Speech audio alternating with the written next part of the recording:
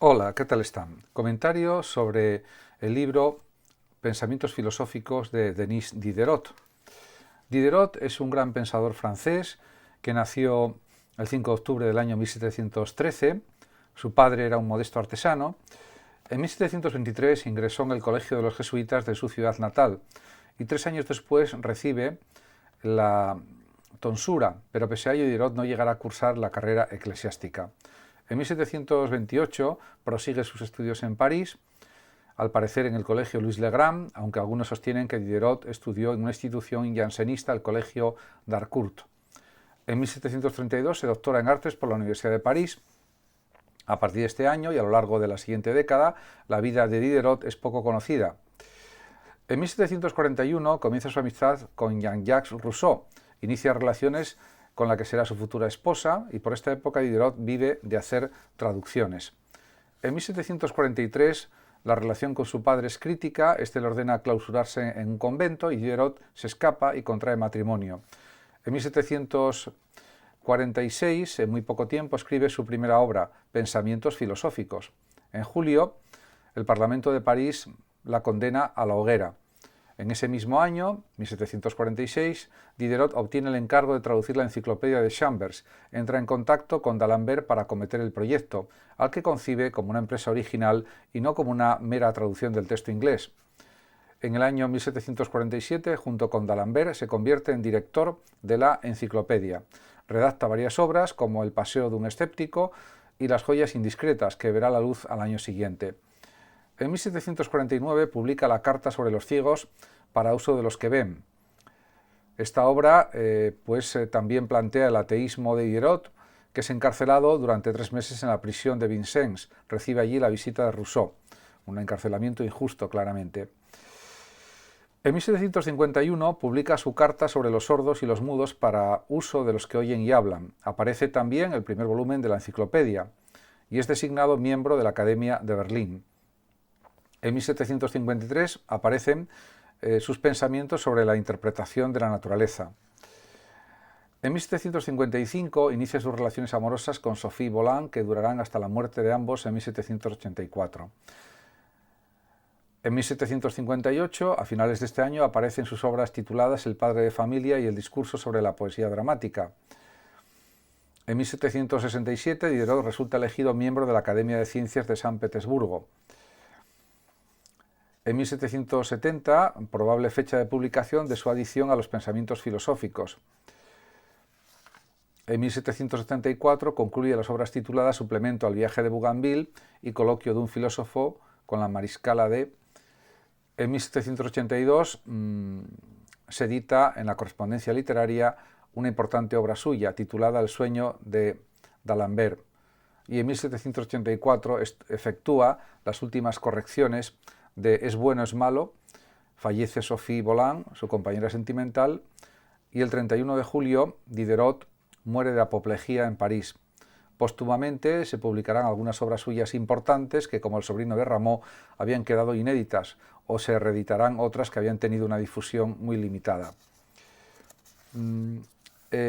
Podemos decir que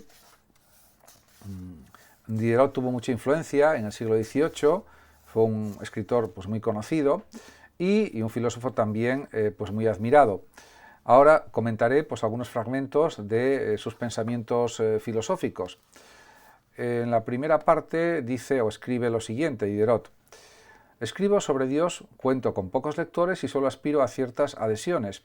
Si estos pensamientos no complacen a nadie, no podrán ser sino malos, pero los consideraría detestables si complacen a todo el mundo. Aquí se nota la ironía y la profundidad del pensamiento de Diderot, que es un autor, un escritor muy ingenioso, un gran argumentador, en definitiva, y aquí lo que quiere decir es que no le importa tanto tener pocos lectores, siempre que sean lectores atentos, escogidos, lectores que entiendan bien sus planteamientos.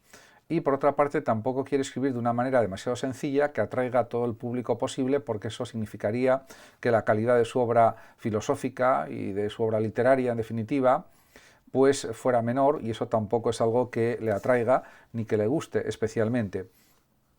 Y ya en un primer párrafo, más o menos largo, dice lo siguiente, Diderot: se increpa sin fin contra las pasiones, se les imputa todas las penas del hombre y se olvida que son también la fuente de todos sus placeres. En efecto, la filosofía de Diderot pues apuesta claramente por las pasiones, por los sentimientos, por las emociones, aunque por supuesto también valora la argumentación de la razón, los argumentos, las razones bien fundadas, las justificaciones que son coherentes, que son racionales también, pero él insiste en la importancia de hacer las cosas con entusiasmo, con energía, con pasión, con emoción. Y sigue diciendo: en su constitución hay un elemento del que no se puede decir nada demasiado bueno ni demasiado malo, pero lo que me resulta divertido es que no las dejemos de observar por su lado malo. Se creería, dice, que se injuria la razón si se dijese una palabra en favor de sus rivales. Sin embargo, solo las pasiones, dice Diderot, y las grandes pasiones son las que pueden elevar el alma a las grandes cosas. Sin ellas no hay nada sublime, ni en las costumbres, ni en las creaciones. Las bellas artes regresan a la infancia y la virtud se vuelve minuciosa. En definitiva, es una apología de las pasiones, porque es verdad que las grandes cosas requieren una gran dosis de pasión. Eso también lo dijo posteriormente otro gran filósofo, en este caso idealista, el idealismo absoluto de Hegel. Hegel pues señala también que las grandes cosas se realizan con una gran pasión también. Por lo tanto, diríamos que esto está de acuerdo también, en cierto sentido, con el utilitarismo de David Hume, con el emotivismo de Hume también, en definitiva, con el valor de la simpatía, de la compasión y también, podemos decir, con la solidaridad, basada en sentimientos positivos, en sentimientos de agrado, podríamos decir.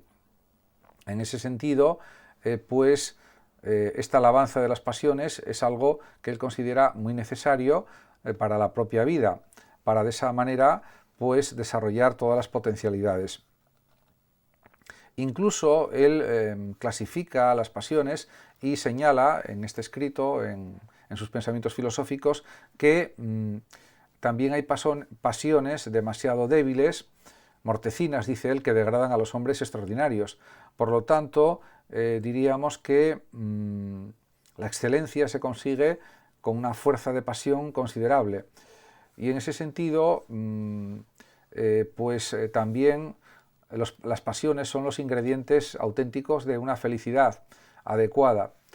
Por eso dice también en otro fragmento el propio Diderot lo siguiente: será pues una felicidad, se medirá, el estar dotado de fuertes pasiones. Sin lugar a dudas sí, siempre que todas se produzcan al unísono. Estableced entre ellas una armonía adecuada y nunca podréis apreciar desórdenes. Si la esperanza está compensada por el temor, el pundonor por el amor a la vida, la inclinación al placer por el interés por la salud, no veréis ni libertinos, ni temerarios, ni cobardes. Por lo tanto, aquí está ya matizando su consideración de las pasiones y ya señala que planteamientos excesivos en relación con las pasiones tampoco son adecuados, porque nos convertiríamos en personas temerarias, en libertinos, y eso es algo tampoco que es poco apropiado para el ser humano. Por lo tanto, diríamos que hay una especie de establecimiento del término medio relativo en cuanto a las pasiones.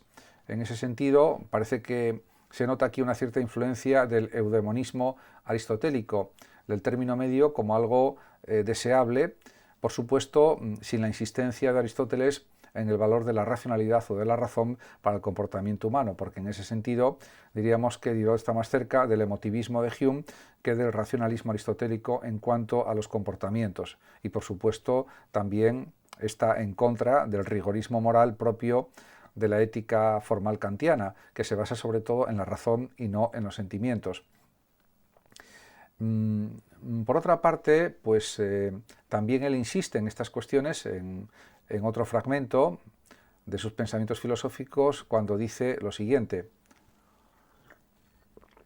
proponerse la ruina de las pasiones es el colmo de la locura. Bello proyecto aquel, el de un devoto que se atormenta como un desquiciado para no desear nada, no amar nada, no sentir nada, y que finalizaría convirtiéndose en un verdadero monstruo si llegase a cumplirlo.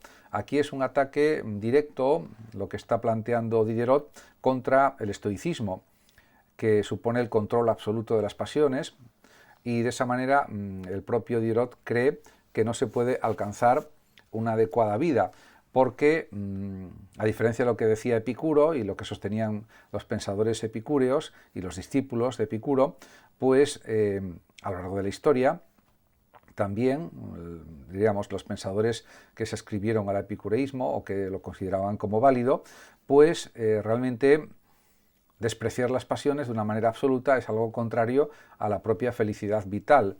Por lo tanto, si queremos ser felices, no podemos despreciar los placeres de ninguna manera. Otra cosa es que los cultivemos de una manera coherente y más o menos racional y ordenada. Pero diríamos que ese es otro de los puntos que quiere señalar claramente el propio Diderot.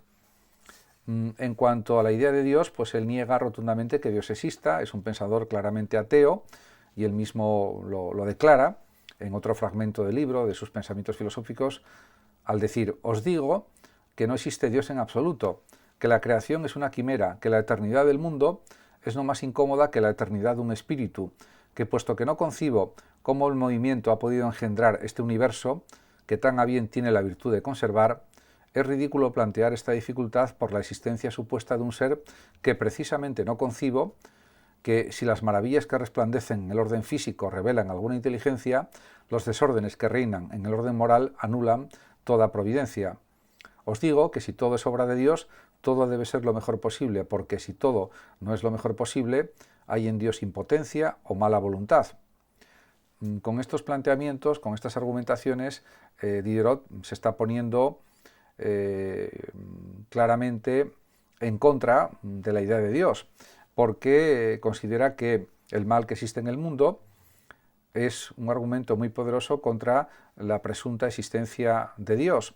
Por lo tanto, él quiere argumentar de una manera clara y rotunda que no es posible saber que Dios exista o que realmente Dios no existe porque no hay una experiencia de lo divino y por tanto no se puede saber con certeza que exista.